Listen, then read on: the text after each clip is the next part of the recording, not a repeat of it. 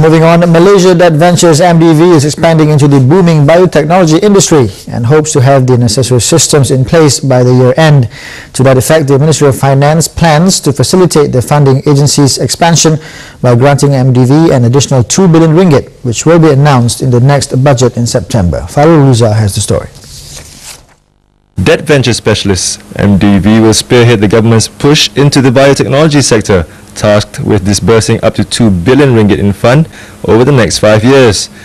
The amount will be set aside specifically for MDV next September, over and above the budget announced in the 9th Malaysia Plan last April.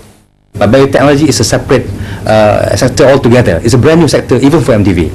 So we are increasing our competency. Once we receive a go-ahead from the government, or even as we are planning for the approval from the government, we will be setting up new departments to start researching more on biotechnologies and which area that MDV can really help fund the biotech sector.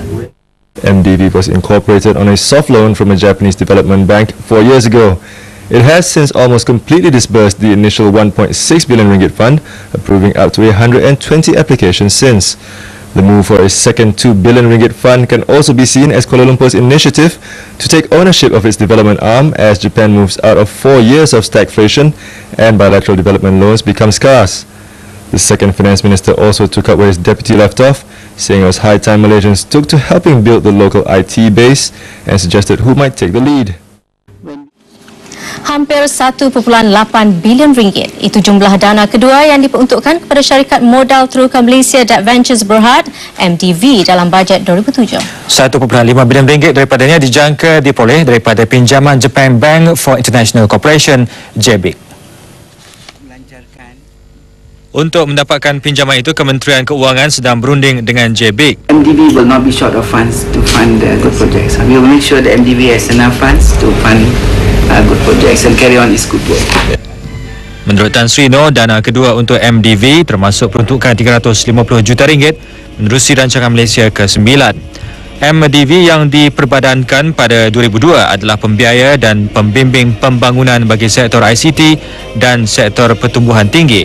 Once we get the biotechnologies we mandate, then we will use the fund for biotechnology. So the only problem with the first loan or the first fund from JBIC is because it's only meant for ICT. So we cannot even use for biotech.